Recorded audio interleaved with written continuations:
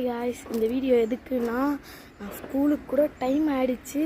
ஆனாலும் நான் ஸ்கூலுக்கு போகாமல் இங்கே வந்து வேடிக்கை பார்த்துட்ருக்கேன். எனக்கு ரொம்பவே பிடிக்கும். அது நீங்கள் பார்க்கணுன்னு ஆசைப்பட்றீங்களா? டக்குன்னு வாங்க, நான் காட்டுறேன். தெரியுதுங்களா? கோழின்னு நினைக்காதீங்க, இது வந்து டக்கு.